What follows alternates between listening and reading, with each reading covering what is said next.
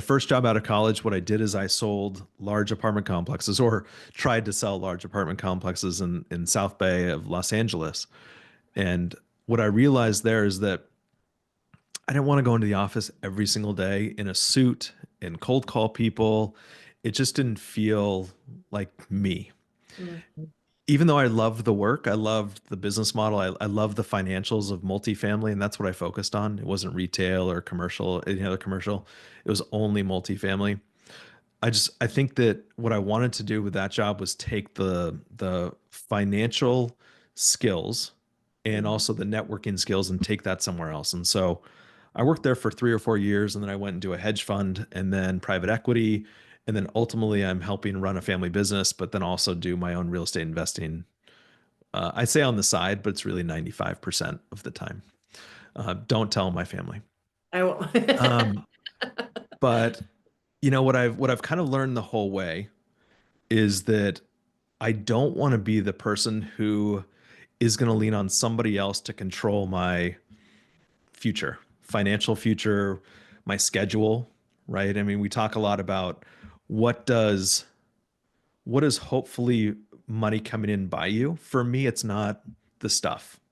I don't need a whole lot of stuff. I thought that I did when I was younger. I don't anymore. What I want is I want time.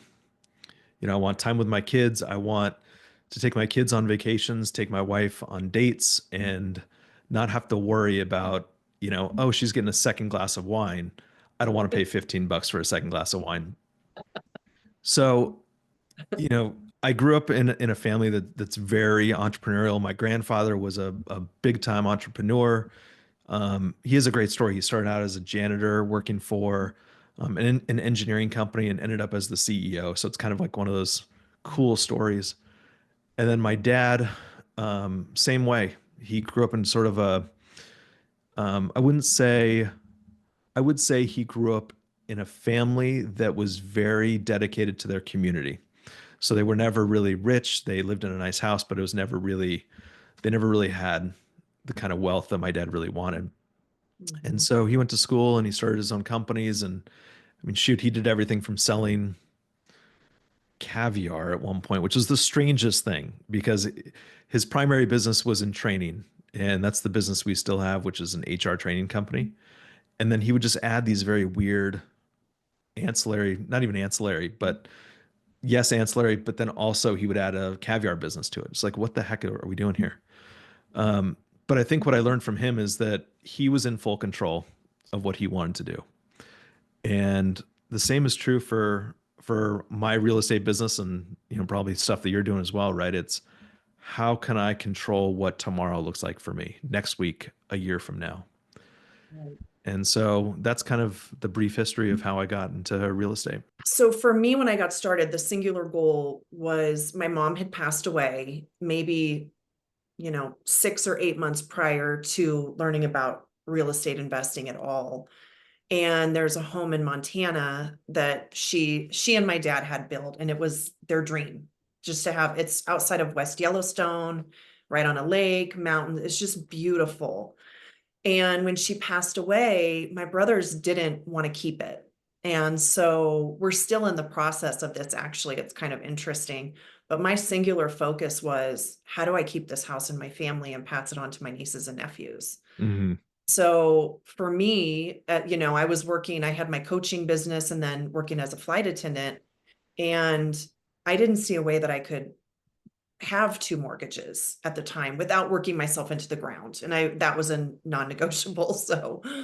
So then I came across real estate investing and started kind of digging deep into it. And I mean, I didn't even know who Pace was. And I joined one of his elephant challenges and he pulled me up on stage for like 4 hours and was, how many doors do you want? And how many? And I was like, I don't know. I don't know any of it. So that's kind of how it all started. And then I got involved in his Gator community first. And then Squad Up just was the best event that I did all year. Yeah. So it kind of felt like a no-brainer. I had done enough. I had started doing fix and flips in January. And so I had done enough to kind of know that I wanted to gain traction. And so I wanted to make that house a reality for the legacy of my parents. So So that what'd you do? So, well, we're still in the process of working that out right now. So I truly don't know how it's going to work out. And it's been a really interesting, sometimes you can step into something and not realize the impact it's going to have holistically, where I thought I knew exactly what I was headed to, and there was no other, like I said, a singular focus. So there was no other option. And now my whole perspective, I am not the same person I was a year ago. So do I want to keep the house? I absolutely do. But there are other considerations going on right now within my family and everything. So we'll see. I'll know by May. So I heard someone say this yesterday, coincidentally, and I forget who it was. I'm trying to remember. It was on my Instagram feed. And the person said, it was a guy.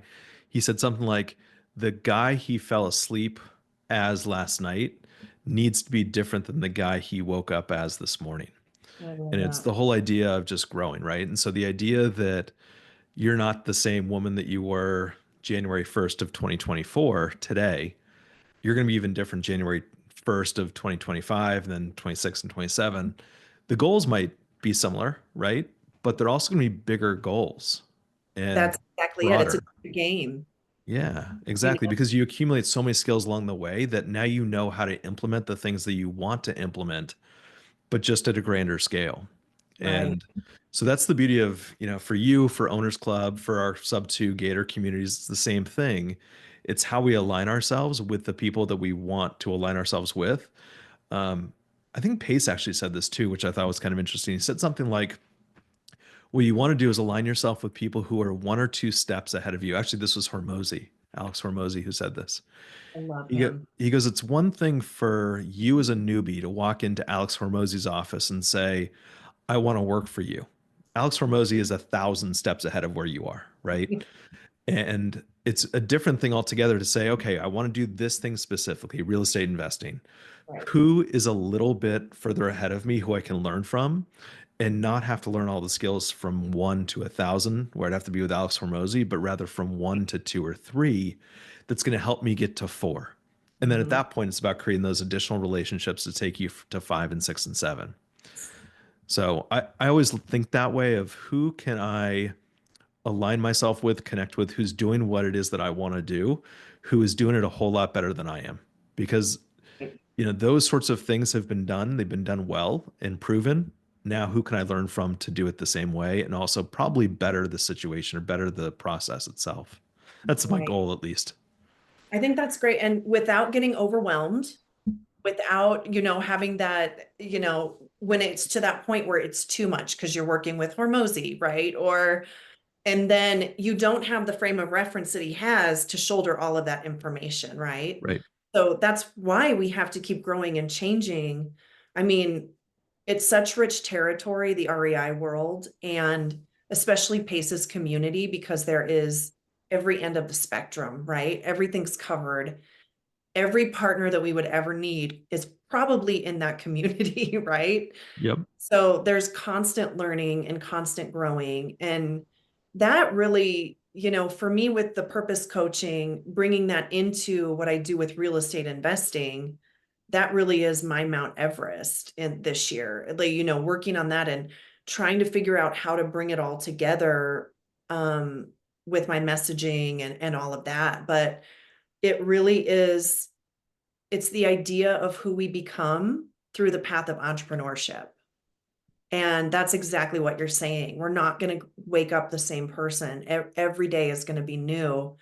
And it's in a way that, people outside of this world don't necessarily understand what it's like to be an entrepreneur, to shoulder all of it on our own. I'm hearing you talk about freedom and the responsibility of freedom and the discipline that comes with that is no small thing. So how do you, it sounds like you knew right out of college that that was the route you were going to go in some form or another.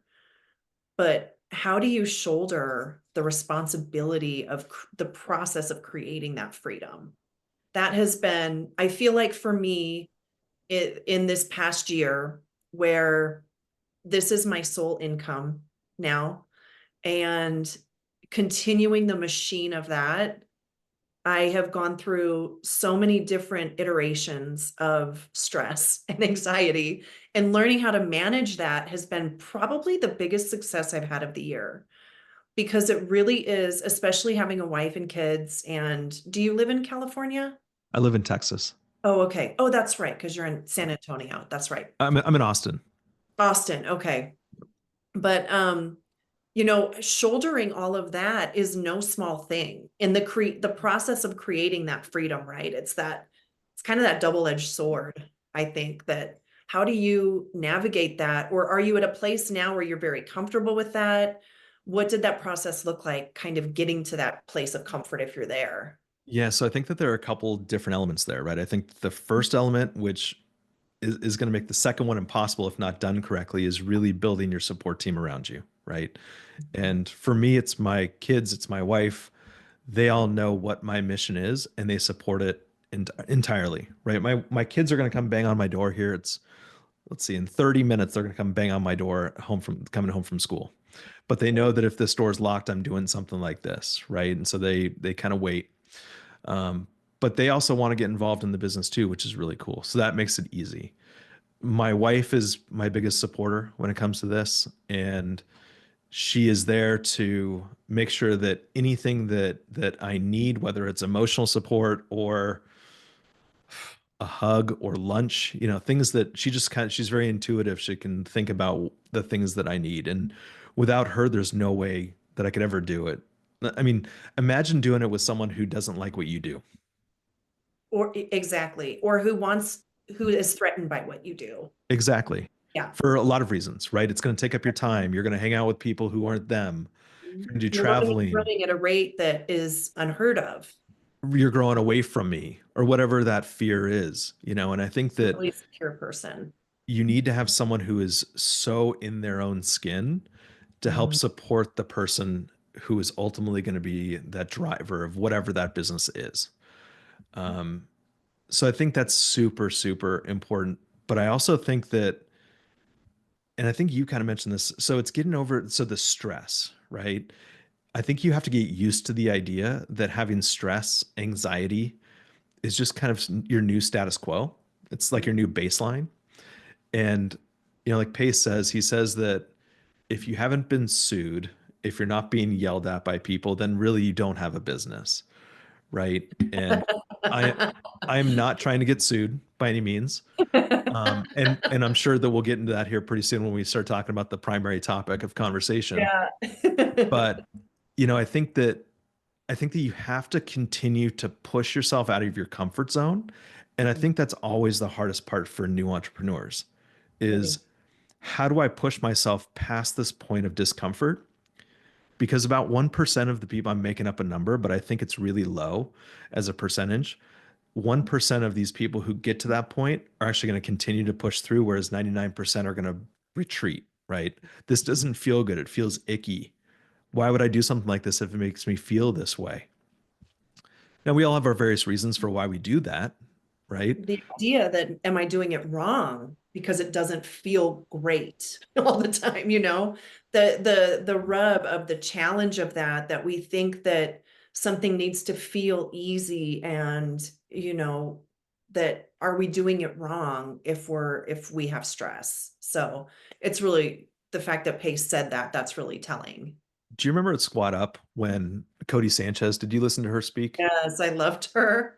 So Yeah. Cody, what she talked about is she basically said that her key to success that she heard from her mentor and also what Pace does better than even her is they come up with an idea and they run with it and they're 3 or 4 steps ahead of everyone else when that person who has sat on the sidelines even gets started, right? They've made all the mistakes, they've changed the business model, they've adjusted. And I think that very few people have that sort of, hey, let's just go out there and try it and see what happens and adjust as we go. It's the fear of failure, I think, largely. I think that so many people are afraid of what happens if. I think that if you pivot that even just a little bit, so instead of what happens if I fail, what happens if I succeed, right? What happens next? Where does that get me? Where does that get my family, myself, whatever? What does that get me? And so I think that all you have to do is just pivot that just a little bit to Mhm. make it a much more optimistic outlook? Somebody that I really admire, Sarah Blakely, she founded Spanx and now she's on to a different company, but this always stuck with me because I come from a family of really, really high achievers and failure was not accepted. It was not okay. And she talks about her father, and every time her and her brother would come home from school, her dad wanted to hear about what they failed at that day. And she said it reframed the idea of failure to her, that failure is actually only failure if you're not trying. So if you actually are moving forward, you will be failing. And I think any entrepreneur knows this. And even explaining a recent challenge to my family, they took it as a failure where it was an issue with the contractor on a flip, and it was probably my biggest success of the year. And it 100% will inform everything I do moving forward in such a strong, positive way where I feel so much more empowered.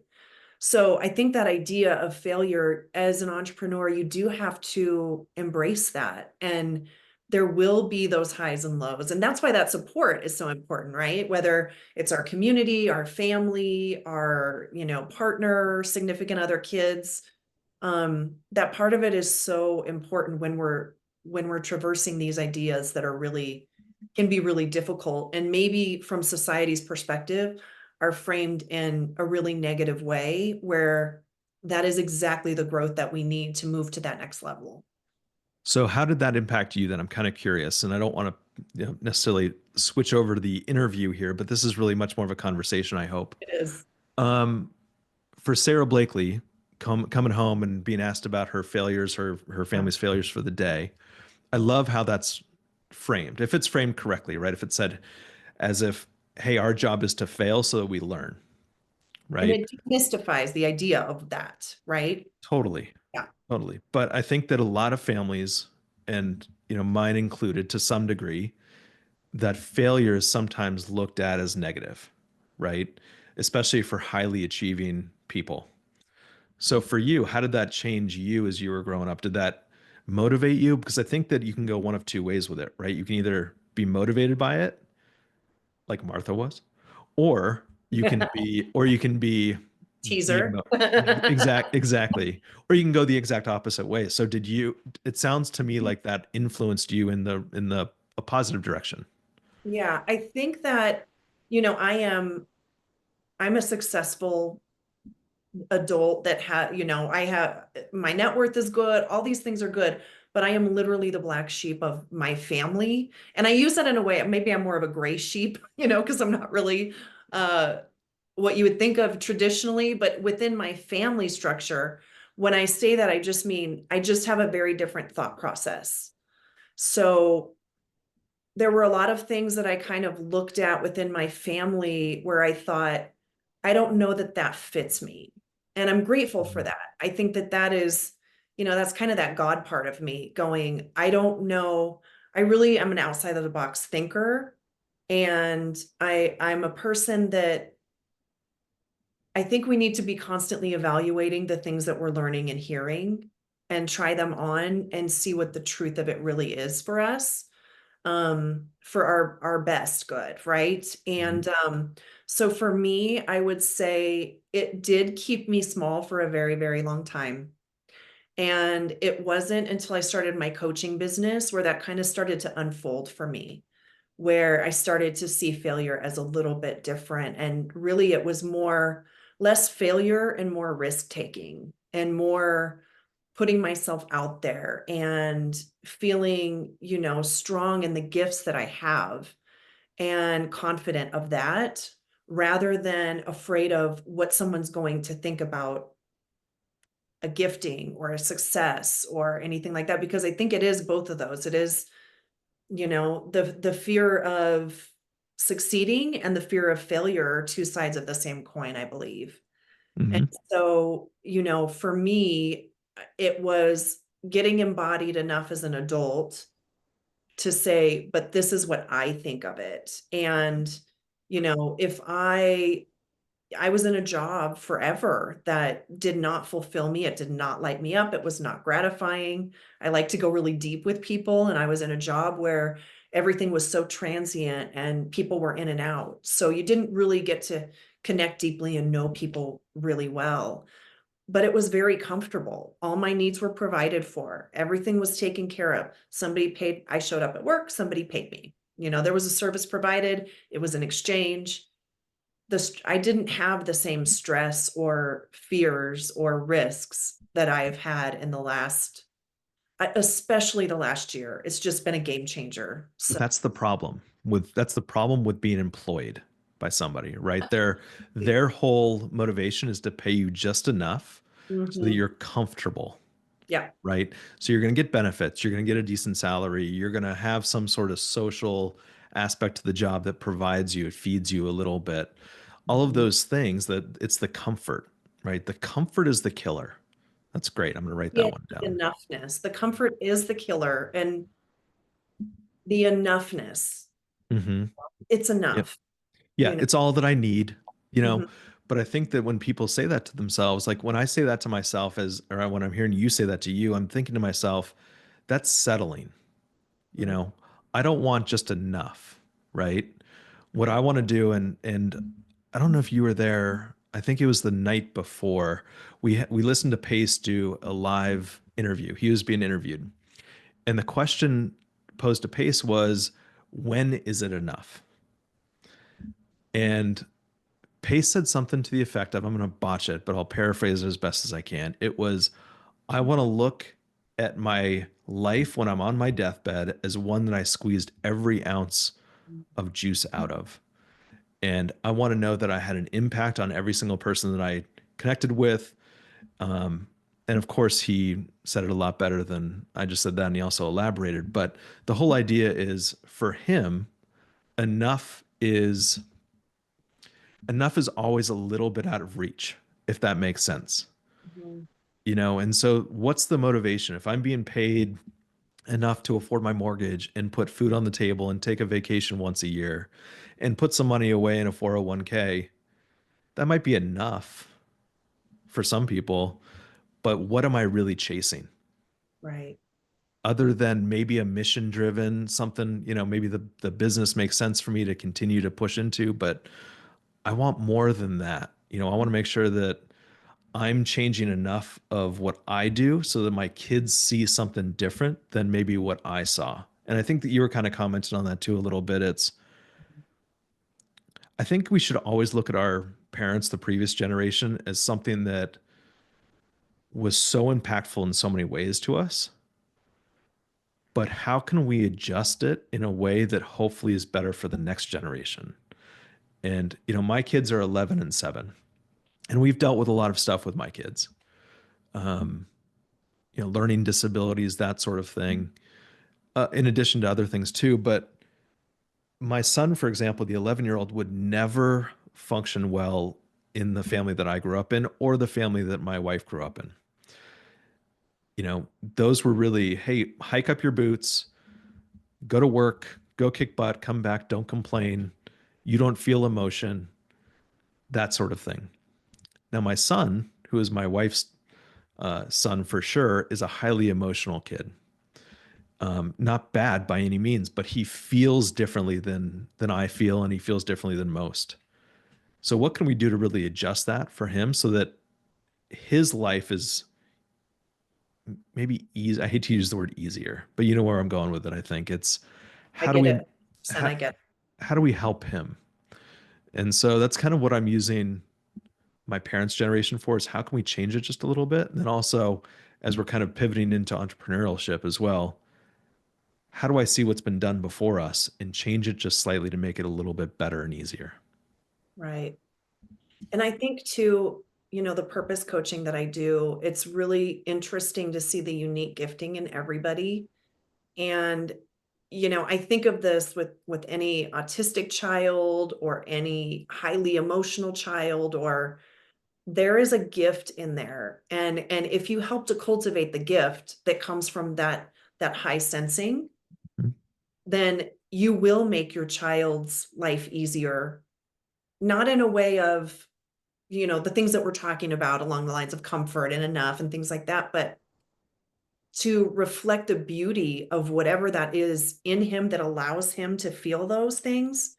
He can relate to so many different people. It might be very different from your own specific gifting, but when you start to see that in your child and you're able to get curious about it and to cultivate that and help him to steer that and to use it for good, then 100% his life will be easier and more meaningful. And he won't feel wrong for, the way that he's wired. And he's not, right? I mean, he's not Right. wrong. The My wife says it really well. She says something like the being is never wrong or something like that. I forget what she's a psychologist. So I pick up on a lot of these There you psychology go. terms. Um, but yeah, no, you're exactly right. I mean, he has conversations with me that I would never have had with my father, and he initiates them. It's that sort of special thing that I didn't necessarily have in myself at the time, or couldn't access, or what it Right. wasn't safe to access is probably the best way to say it. But um, That's really beautiful that he's able to do that with you. it's But great. I think too, I think about my parents and I think about what they did and the way that they broke through certain belief systems and certain cycles in their own families. My father was told by his father, you're not gonna succeed in college. You're gonna come back and you're gonna work in this small town in this painting business, and this is how life is going to go. This is what we do, kind of thing. And then he went on to, other than his dissertation, he got through most of his PhD program and graduated really high in his class and was a college athlete. And what my parents, they were two school teachers. What they retired with is miraculous. And don't they, more than anything in the world, want to see their four children up level that? And don't my brothers with their children want to see their kids do even better than that? It really is that stepping stone that you're providing, even despite any blind spots that we have in regards to the next generation, they can see them and they can navigate them beautifully in a way that maybe we couldn't. But I think that's a really beautiful thing to know that and to want that for your kids and to have that space for your son to come and talk to you about these things. It's unbelievable. You and I have something in common. So I was the black sheep in my family, academically at least. I was the first person in my family not to go to an Ivy League school, and there was all this pressure to do that. And it just wasn't me, right? Uh, I'm probably middle of the road IQ, but I just found the academic side of high school and elementary school not to be what really drove me. And I went to a great school. I graduated. I was on the honor roll. I did all those sorts of things in college, but the academic thing was never what was driving me. It was always something a little bit different. And seeing my friends go to Ivy League schools, go to the Stanfords, go to the Cals, go to really good schools, and then immediately hop into a job that they're still in. I just wanted something a little bit different. And What's that driver, Mike? growing up, I saw uh, we were able, we were lucky enough to be able to do whatever we wanted as a family when I was younger. Travel, um, you know, just we were able to do. We had freedom, financial freedom, and I never really could pinpoint what it was until I did get older and say the reason that we were able to do this is because of my dad created a company that he's no billionaire by any means, but he's done just fine. But he also created a lifestyle around it in the Mm. sense that he goes, look, I could work more and make more, but I would rather go into the office 2 hours a day, play golf in the afternoon, and then go to my kids' baseball games and he never missed a sporting event of mine or my brothers. They were always there for me. And what I realized is that you can create something like that if you are the person who is in charge of your future. And it doesn't have to be, Mark Cuban billions kind of thing. As long as you make enough money you were able to find a way to prioritize the things that I think we all want to prioritize to some degree. And for me, it's my family, it's my kids. For my dad, it was the same way. It just looked a little bit different. Um, but that's what drove it. It was seeing how you can build a life that you want to live. And it's not just up to somebody else. That was one of the best pieces of advice I ever got from a business coach was build your business around your lifestyle, not the other way around, because you'll never have time for the lifestyle part. You'll never be in the process of creating the life that you want if work is the only foundation. So it's kind of And great to have that example. And that makes sense. I think for me as well, it was the social, emotional intelligence over, I did well in school, but the social part to me was really important. Connecting with people, being in me too. community. I had the time of my life in college, Mhm. So while my brothers all went to service academies and they had exactly the experience they wanted, and I was able to do exactly what I wanted. It sounds like, you at a young age, you knew that. That's how you Yeah, want your life. I did. I want freedom to be able to spend time with my family. That's it. I don't Mhm. need this stuff anymore. I want to spend time with my family. That's all that I want. Well, and don't you think that's freedom too? Like to not be as tied to the things and to be trying to accumulate, accumulate, accumulate. There's a freedom once we get to the other side of that as well. There are varying degrees, right? Yeah. We were both at Pace's house. We've seen what Pace does on a daily basis. I think a lot of people want, I'm using Pace as an example here, but a lot of people want to be like Pace until you realize what it takes to be Pace. Yeah, And that man is nonstop. The guy's a machine. he is. And he is very mission driven. And that's why I think that he is doing what it is that he's doing. But do I want to work as hard as Pace is working? Probably not. Right. Mhm. And I think as a result, you have to be okay with not having all of those sorts of things. Right. I don't, Pace wants to be a billionaire. Do I want to be a billionaire? Sure. But I don't necessarily want to work 20 hours a day for it. Right. Mhm. I want to be able to spend time with my kids. And look, you give me half a billion, I'll be fine. You know, but I know what it takes to do that. And when you see it close up, it's sort of like, holy smokes, this person, you really have to be mission driven to do that. You have to know exactly what it is that you want and run 24 hours a day for it. Right. And, I think the great thing is he does have the support of his family as well. And we have been doing, within Owners Club, we've done a huge series on our calendars. Mhm. And, it really speaks to how each individual is wired and what we're wired for, kind of like the conversation that we've been having along these lines. But Yep. it is really inspiring to me with him, the level that he does set aside for his family and the time he has where, if you're making your schedule for the week and you put the big rocks in first and then the pebbles and then the sand and then the water and the most important things, he has boundaries around his time with his family. And yeah, he works a lot. And I think that he has a partner who understands his purpose and his mission very, Mhm. and they work well together. And I don't know that he could do what he does without that. Just like we No, were earlier. 100% he can't. And he also brings his family into it, You know, which is incredibly unique. He does it better than anyone I've ever seen. yeah. His kid, he tells stories about how he brought his son to projects, when he was little. Hey, let's go check out this fix and flip. Let's go talk to the seller. When we were at his house, he was bouncing on the trampoline with his girls while we were all having lunch.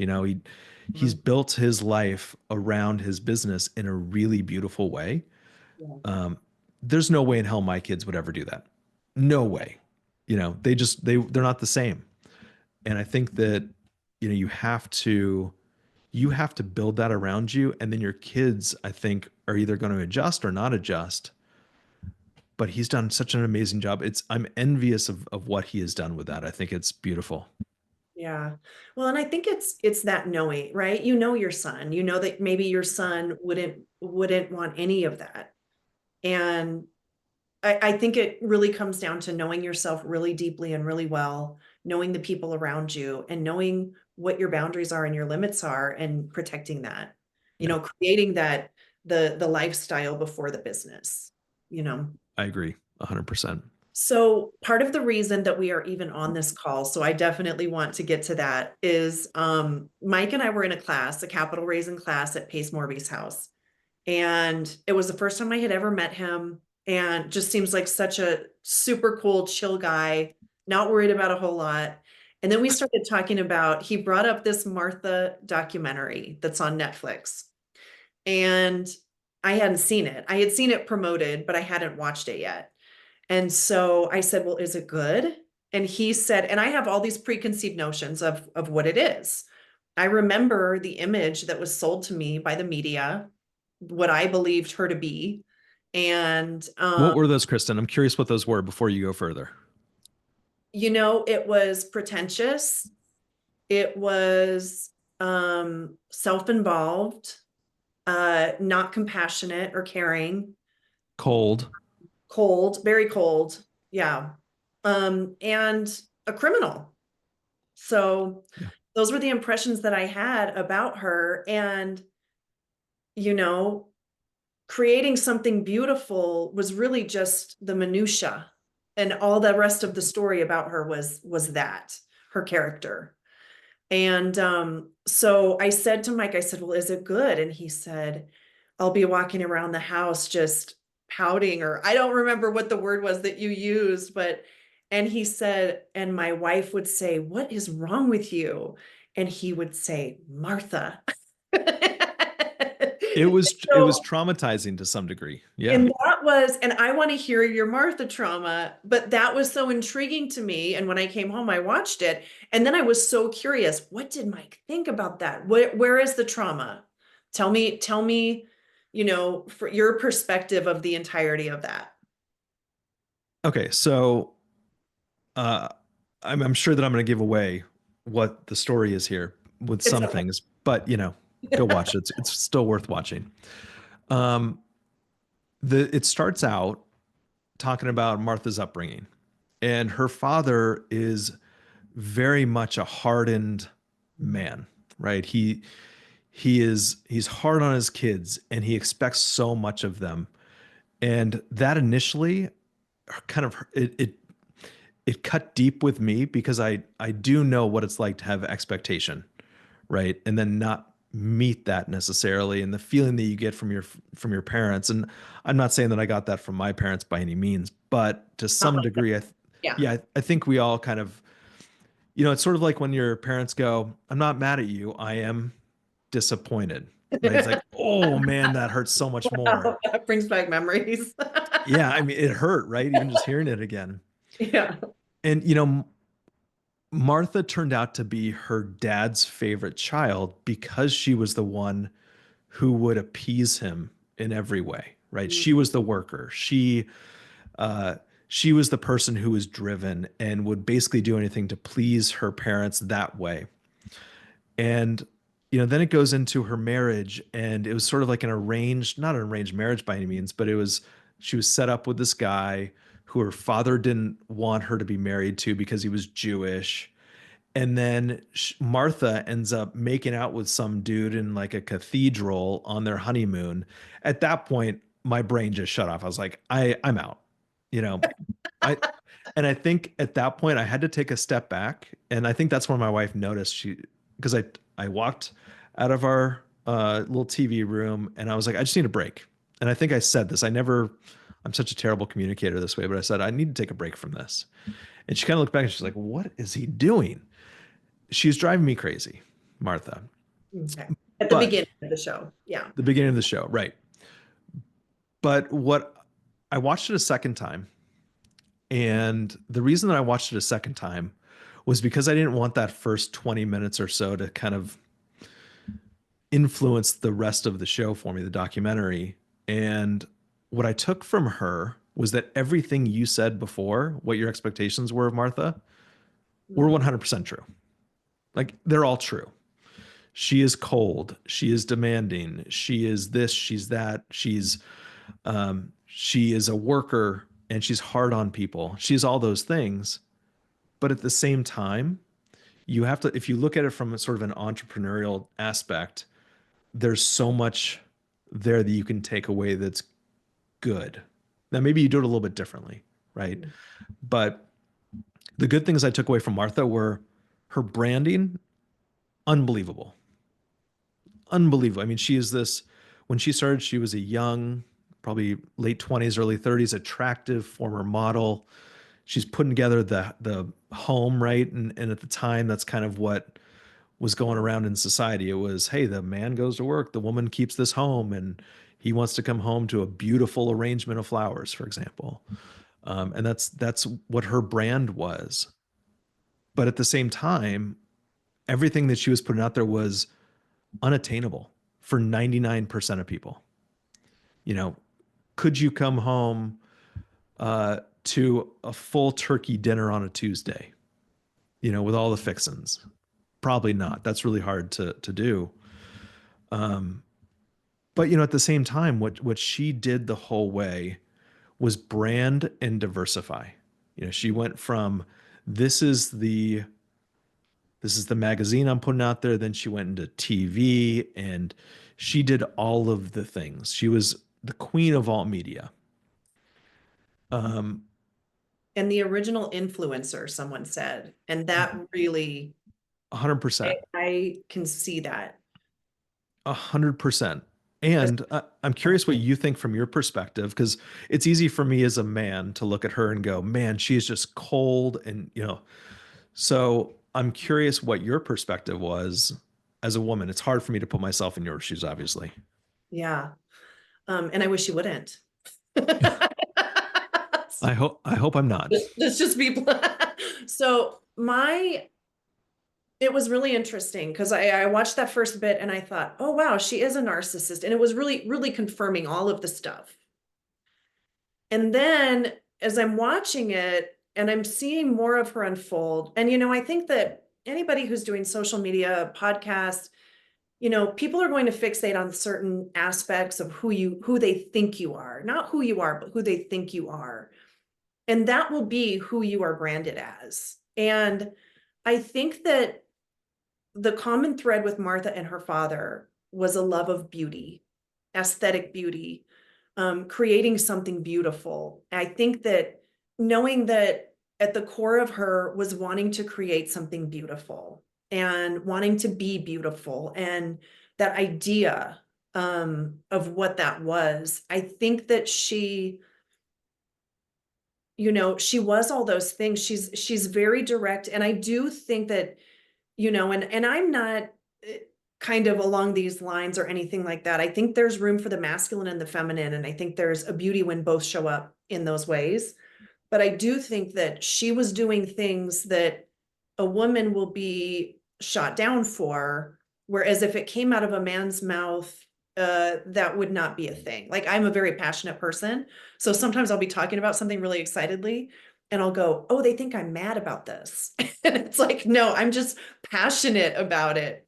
And, but I think that she is the ultimate paradox, because I think that she wanted to create something soft and beautiful, which is so antithetical to who she actually came across as, and the way that she, was with people just in general, including her own daughter. Mhm. But, she, as an entrepreneur, I think that she was always trying to find the untapped thing. She's this very high-end, luxury, elegant, beautiful thing. And then she wasn't afraid to go. I don't think she was afraid of that persona per se, but she wasn't afraid to go to take her goods to Kmart. There was something very on the bottom level of her that related to the common woman, where when she was in prison, the worst thing happened ended up to be the best thing happening to her. And at one point, she even said that time is passing quickly. I think she had 150 days in jail, and somewhere, about 2/3 of the way through, she said, time is passing quickly. I mean, she was able, and I think she said this as well. She always was looking for the void. And even Yep. in a situation like her prison, which she was kind of railroaded by that, there's a lot of bigger crimes going on. I don't know the extent to her participation in that, I'll be honest, but to spend that time in prison creating something beautiful and inspiring these ladies that they were worth, they had talents that were, I think she said, some of the greatest craftspeople are in prison, and she was wearing that poncho. And then on her show, all the women were wearing these ponchos. And I think that she is just this paradox. And I think that that's the challenge with media, is that it's going to be sold to you in one package. There is no, just like all of us, we all have different sides of our personalities. One side is going to be interpreted typically. So I think by the end of it, I was less mad at Martha. Yep. She's just being who she was taught to be in a way. Hmm. But I was really angry at the media. Yeah. No, I agree with you. And if you think about when she started this whole thing, what was the time frame? Was it 70s, 80s? So I think it was 80s. I think Yeah. she was kind of doing her thing quietly, but then it was in her 40s that she was Hmm. actually doing more of this. I'm not sure when the magazine came up or anything, but I think it was maybe towards her mid 40s. But I think it was because she did like pure things. The garden was everything to her, and cooking and all of that. But, she was kind of trying to move people away from throwing a package of food into a microwave at night, Right. uh, you know, Right. and it was unattainable. I mean, for most, I think if you take a look at when this all happened, I think that she was absolutely a trailblazer, right? yeah. A woman CEO who, and I think that's part of, I think it's also part of why some people dislike her is because at the time, as a woman in the 80s being a CEO, it would be really hard, I can imagine, in a very man dominated, male dominated business world to come out here and actually have an opinion at the very least, let alone who was someone who was very attention to detail oriented. I mean, the opening scene of the whole thing is her walking through her garden and she's talking into her phone, making notes for her gardeners, right? It's like clip the boxwoods and move this a foot back. I mean, she's very attention to detail. Um, but I think that Leather people, pants. yeah, I mean, she's a micromanager, no doubt about it, Yeah, right? yeah. Um, but I think that just the time period that she was doing this in has almost that attitude towards her for some reason, even though I hope we've evolved since then. I'm trying to think of who would be the Martha Stewart equivalent. Sarah Blakely, maybe someone Could like be that. a powerful businesswoman who, yeah. Yeah, but she's received a whole lot differently than Martha Stewart. Yeah. And I'm glad that we're evolving that way because, quite Right. frankly, I think that there should be a whole lot more women CEOs than men. Um, but man, I mean, I think she really stuck with what she really wanted to do and did it incredibly well and got backlash because of who she was and where she came from. Mm. And to your point, I don't think she deserved a whole lot of that. I think that she is who she was because of her upbringing, her parents, and that whole culture that she grew up in.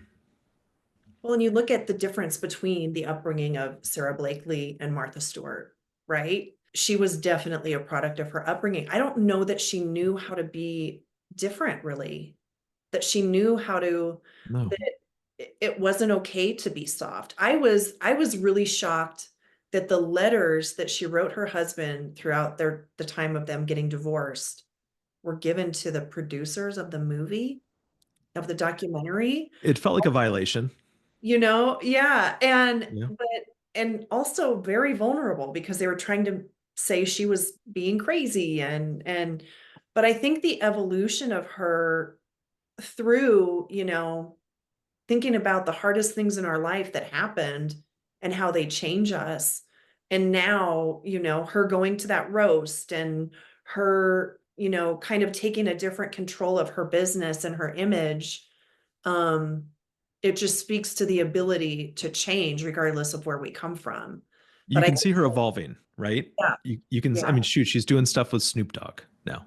How And I think she has like a cannabis business with Snoop Dogg. So, Oh, do you know, they really? I Oh, that's think I funny. think so. But you still see the core of who she is, and that's hard to change.